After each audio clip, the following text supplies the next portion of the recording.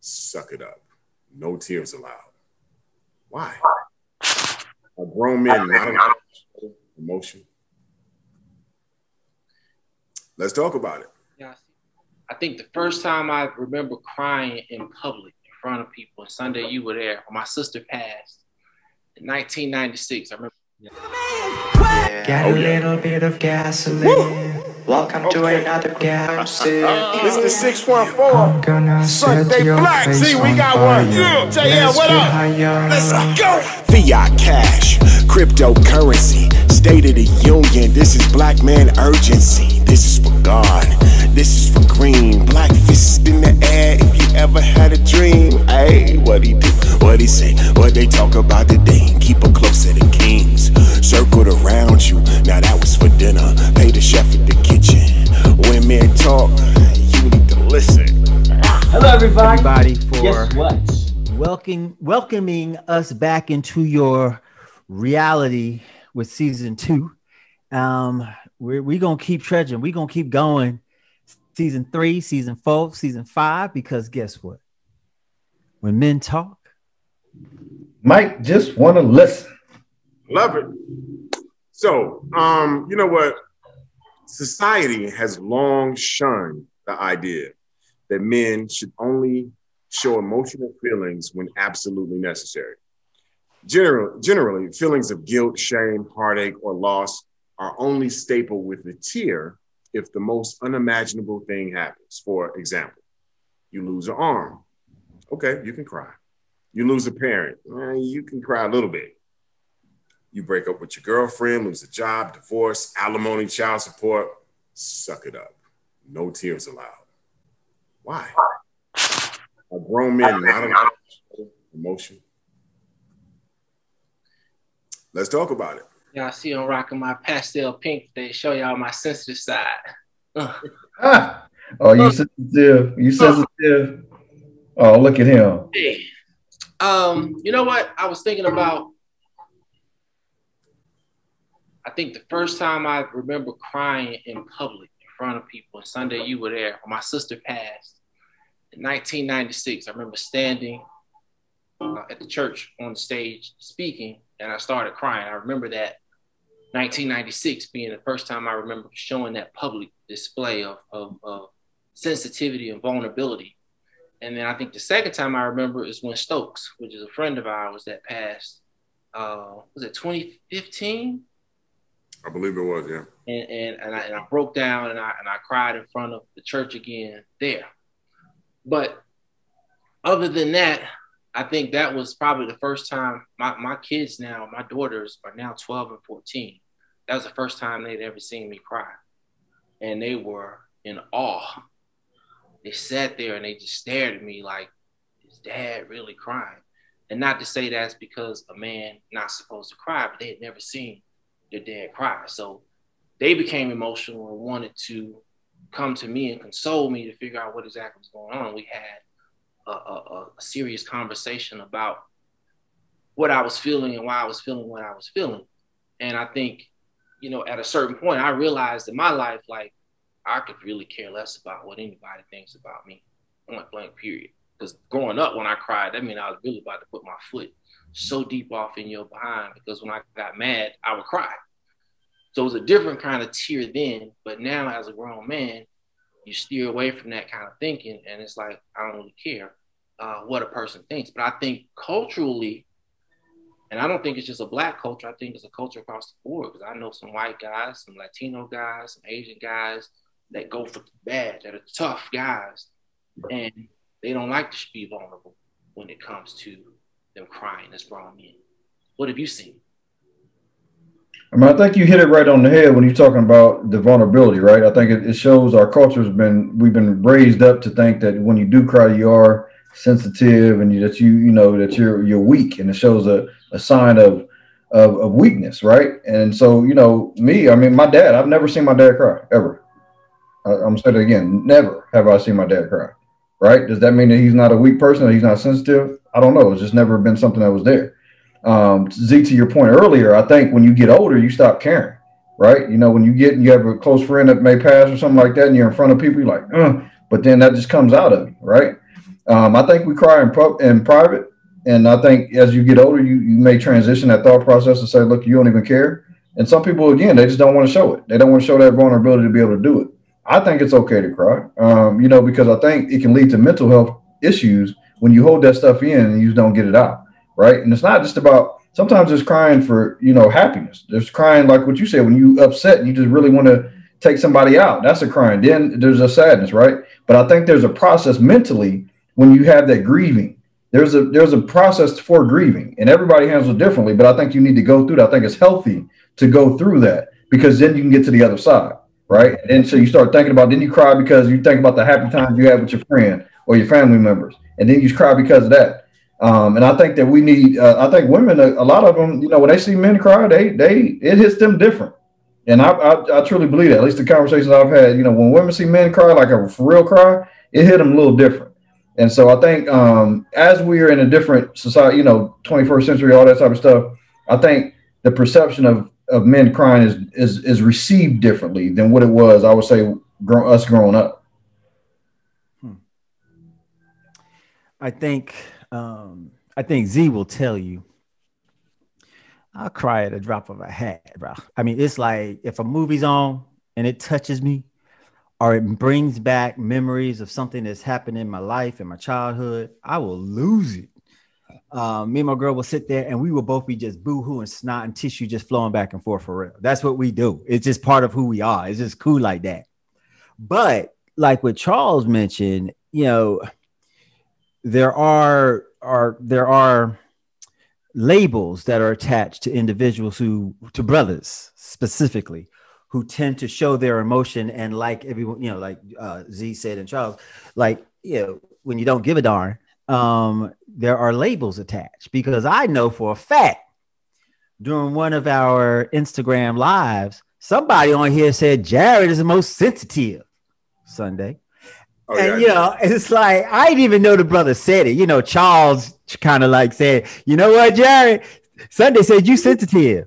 But like, is that, for me, I look at it as a compliment, because, I am in touch with my feelings. I'm in touch with who I am. I'm in touch with, my spirituality. I'm in touch. And not being in touch can be exactly what Charles said, a mental issue that, we may or may not want to psychologically address. So I think, especially for brothers, I think we hurt ourselves more when we don't promote and support when somebody's in touch with their feelings, bro, because not being in touch with their feelings can lead to some, actions that could be detrimental to everybody. That's how I think about it. Like right now, if somebody put on a song, like one of these love songs, I'll start thinking about my 3 or 4 ex-fiancés, and I'll start boo-hooing right here. You just name one song right here, I'm gonna start crying just because I'm gonna start thinking about those days. You know what I mean? I think pretty much, and I'm not even, I don't want a summation of what everybody said, but I mean it's pretty much spot on. When we talk about the mental, health of African American men specifically, Jared, I'm looking forward to hearing that. Someone coming from someone who has gone to many psychologists growing up. I went to many psychologists growing up for different reasons, and I would love to hear that. It's a segue into this conversation about men not crying, or why we not sensitive or in touch with our emotions. I think a lot of times we're raised to be like, men, be men. You're supposed to be hard, which is cool. I think we have to have a balance. I don't know if we should be, overly susceptible to, our feelings just being worn on our sleeves. Sometimes we just got to suck it up, you know what I'm saying? And just like, take that emotion and maybe twist that emotion around.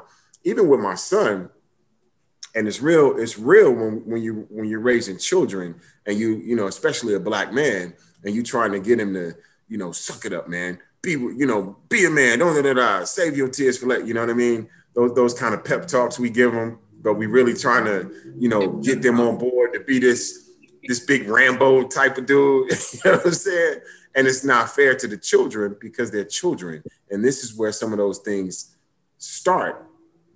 So you know what I'm saying? Now, Now another thing, when God bless Tracy, when Tracy passed, I couldn't even tell Z how I felt about it. You know what I'm saying? I remember him at the plot in the grass, and I went to the car because I couldn't. And I'm like boo-hooing and stuff, and I couldn't even, like, even now, this like 30 something years later, now I could tell him. But I couldn't tell him that. You know what I'm saying? So that's something that we do have to address. We do have to be cautious of when we raise our children, and when we just communicate it to the world. But here's the deal. I forgot which one of y'all said it. Once you grow up, you know what I'm saying? Once you get older, who gives a damn? You just, you know, if you got to let it out, you let it out. I mean, to that point, Sunday, I think it's when you talk about raising kids. I'm raising two daughters as a shared parent, and you know, it's the same exact thing too. I mean, I don't treat them no differently than I would, you know, I assume, you know, a boy would be. Women are going to be a different emotional, you know, roller coaster in there, so you got to give them time to be able to do that. The same exact things. Like, there's a difference between crying and whining. Crying and whining is two different things. Don't deal with the whining. They can cry all they want to cry, in my opinion, but the whining and the we ain't doing that. And I think there's something too. Now, fast forward to grown men.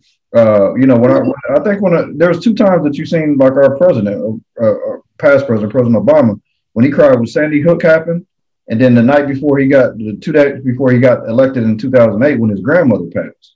And you've seen that, like, emotion come from our leader, you know, leader of the free world at that time. And when that happened, people was like, wow, like, we're able to do that. Like, they had never seen the president really cry like that in public. And I think it was accepted that way when he was able to show that emotion, because now people were able to relate, right? If you just so stark and you just never had that emotion, you're only going to relate with so many people, right? Yeah. And so just depending upon what you're doing now, if you're in the street, you know, you're in the street, you can't be crying. You know, but if you're in a family scenario and you're doing stuff like what you're saying, Sunday, like, you got to suck it up. And my dad always raised me too, like, don't let them see you cry. Meaning in the sense of sports, right? So, like, if you hurt, be hurt in the locker room, but just don't let them see you, because that's a vulnerability that they can take you out, which is different than what we're saying in society. That's funny, because it's like, even now in this conversation, we kind of put ourselves in these boxes.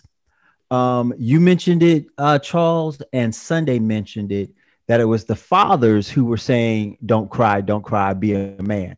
In my household, it was my mama. My mama was like, crying ain't gonna help. Stand up, face your issues, do what you got to do. And guess what? When you're 16, you got to get a job. That was my mom. That wasn't my dad. My dad was the one who was more sensitive as far as, you know, really sharing his feelings. You know what I mean? And then another point, kind of to where Sunday was heading, or, you know, the direction Sunday went, is like, when we think about how Black males raise their kids versus Hispanic or white. I'm just going to use those two as an example.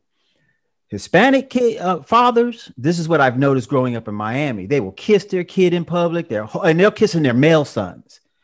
Mm-hmm. That don't make no sense. Male sons. They're kissing their sons. They're picking them up. They're rocking them. They're kissing them. And I love you, puppy. Da, da, da, da, da. Whereas I didn't grow up seeing that in the Black community, where literally you pick up your son and you kiss him and you're giving him all that love. Hispanics do it 100%. White dads, same thing. They will cuddle and you see them bouncing and wearing the diaper bags and da da da da da. Again, in the Black community with dads, I didn't see that a lot. Not to say that it didn't occur. I'm not saying that we as Black males don't do that. I'm just saying, in my upbringing, I didn't see it as much as I saw it in them and the other cultures. And it made me think all the time, why was that so? Why, when it came to our sons, it was a difference than when you see the other cultures. Now with our daughters, hugging and loving all day. But with the males, with the sons, it was like, did we think we were doing something negative if we showed them the same affections that we showed the daughters? What do you guys think? Because y'all all have daughters. So what do you think about that versus, well, I know Z is difficult, but, you know, for those who, well, Charles too. Sunday, what do you think about that? You have a son. You have sons, right? I think they need it too, man. I have reached out to, several. What I like to do is question people. I corner them. if I see that they have a successful child, I corner them. And they can't get, you know, they're like, okay, it's kind of weird sometimes, but I want to know, what are you doing? How you get your kid to do this? You know what I'm saying? How's your kid on the honor roll? I've had that conversation with Zeke before. Anybody who has a successful kid, my sisters have insanely smart kids. And the things that they told me, Jared, they said love, and be active. Just love and be active. You got to continuously show up in school, you know, just unannounced, just show up and, you know, sit there and just be a part of them. You know what I'm saying? And that shouldn't negate the fact that, you know, he's a guy, I mean, a male. You got to give it to him too. It doesn't matter. They both need it equivocally. So, and that's my journey as a parent, man. I want my kids to be better than me. You know, if they're not better than me, then I failed them at some point. You know what I'm saying? They should be, you should outshine me. On every level, you should outshine me. That's my job. So I got to give more love.